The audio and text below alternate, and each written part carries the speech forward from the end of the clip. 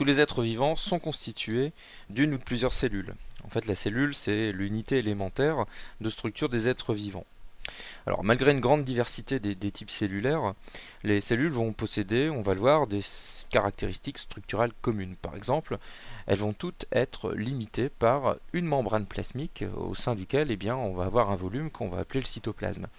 Et au sein de ce cytoplasme, pour cette unité structurale, on retrouve une information génétique. Toute cellule possède une information génétique. Bon, là, ce sont les trois éléments communs à toutes les cellules qu'on appelle l'unité de structure. Alors, parmi les cellules du règne vivant, on va distinguer deux grands types de cellules suivant la présence ou l'absence d'organites. Alors on appelle organite une structure ou un élément qu'on va trouver dans le cytoplasme et qui est lui-même limité par une membrane. Donc en fait on va avoir un cytoplasme qu'on va dire compartimenté. Alors si par exemple dans cette cellule on ne trouve pas d'organite, on va avoir un type cellulaire qu'on va appeler prokaryote. Alors pro ça veut dire avant, karyote fait référence au noyau. Si au contraire il y a la présence d'organites, on verra lesquelles, on va parler d'une cellule eucaryote, E pour vrai, karyote, noyau.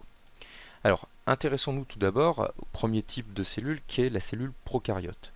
Donc on retrouve l'unité de structure de la cellule générale, c'est-à-dire la membrane, le cytoplasme et l'information génétique. Alors chez les cellules prokaryotes, on va trouver en plus une paroi, qu'on va appeler une paroi de type bactérien, donc qui va former un cadre plus ou moins rigide autour de cette cellule. Et par contre, au sein du cytoplasme, on va bien sûr ne pas trouver d'organites. Par contre, on pourra trouver, mais ce n'est pas obligatoire, d'autres éléments comme par exemple des flagelles pour le déplacement, la mobilité de ces cellules. Alors parmi ces cellules prokaryotes, on peut citer les bactéries, les archées ou les archéobactéries. Et puis ce sont des cellules qui sont en général de très petite taille, qui font à peu près environ 1 micromètre ou quelques micromètres de longueur. Alors voilà quelques exemples de cellules prokaryotes, ici toutes bactériennes.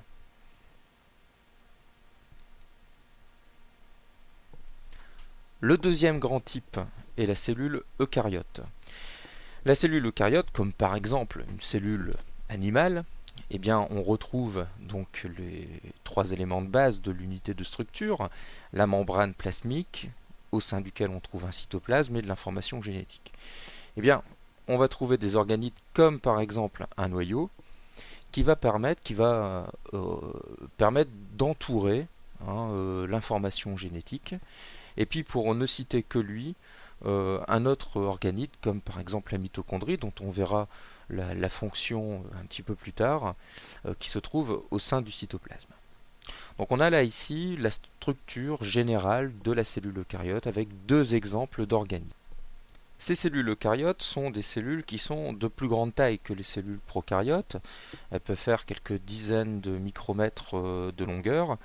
Et alors que les cellules prokaryotes appartiennent tous à des organismes unicellulaires, les cellules eucaryotes peuvent faire partie d'organismes unicellulaires, mais également d'organismes pluricellulaires. Et tous les organismes pluricellulaires sont composés de cellules eucaryotes. Alors voilà quelques exemples de cellules eucaryotes, comme par exemple des cellules de levure, des paramécies, des cellules de foie, des cellules buccales, etc. Neurones, cellules sanguines. Alors, une petite particularité parmi les cellules eucaryotes, ça va être la cellule eucaryote dite végétale. Alors, contrairement à la cellule eucaryote, on va dire de type animal, la cellule eucaryote végétale va posséder des organites supplémentaires par rapport aux ceux que l'on vient de décrire, enfin des structures supplémentaires également.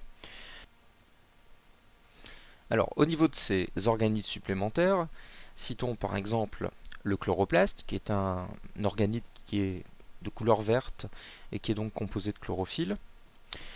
Toutes les cellules eucaryotes végétales ne possèdent pas de chloroplaste, on va le voir. Par contre, toutes les cellules eucaryotes végétales possèdent une vacuole, qui est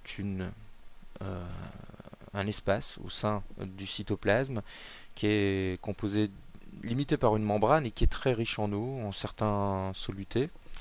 Et toute cellule eucaryote végétale va être limitée par une paroi, mais une paroi qui n'est pas du même type que les parois bactériennes. Alors cette paroi va former un cadre rigide autour de la cellule. Ces cellules eucaryotes végétales sont des cellules qui sont de plutôt grande taille et qui sont en général bien plus grandes que les cellules eucaryotes animales que l'on a vues précédemment. Alors, une cellule eucaryote végétale n'est pas obligatoirement chlorophyllienne, c'est-à-dire elle ne possède pas forcément des chloroplastes, hein, toutes les parties d'un végétal ne sont pas vertes, et dans ce cas-là on aura tout simplement une cellule eucaryote végétale tout court. Alors voici un petit portrait de famille de quelques cellules végétales chlorophylliennes. Ici on reconnaît très bien les chloroplastes, la paroi assez épaisse, la membrane plasmique qui est collée contre la paroi. Et ici, donc difficile de distinguer le noyau, hein, les mitochondries, etc. Très certainement le cytoplasme ou la vacuole. D'autres cellules végétales, alors non chlorophylliennes ici, on ne reconnaît que le noyau. Une vacuole très très grande qui occupe ici quasiment tout le volume de la cellule. Chlorophyllienne ici. Et des cellules végétales ici qui interviennent par exemple dans le transport de la sève. Alors si on fait le bilan, eh bien on a un schéma de base commun à toutes les cellules qui est composé d'une membrane plasmique avec un cytoplasme et de l'information génétique qu'on retrouve dans les trois types cellulaires. Et puis finalement on a des petites variantes avec la présence ou pas d'organites au sein de ce cytoplasme qui vont permettre de distinguer deux grands types de cellules, les cellules eucaryotes de type entre guillemets animal et de type végétal chlorophyllienne par exemple ici. Et deuxième grand type, les cellules prokaryotes comme par exemple les bactéries.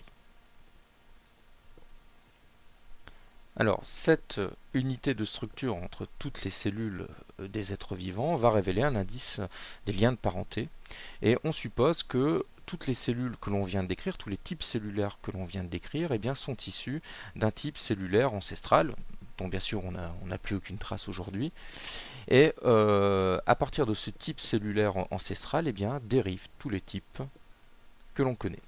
C'est-à-dire les cellules prokaryotes qui regroupent les bactéries et les archébactéries, et les cellules eucaryotes au sein desquelles on trouve le groupe des végétaux, le groupe des champignons et le groupe des cellules animales.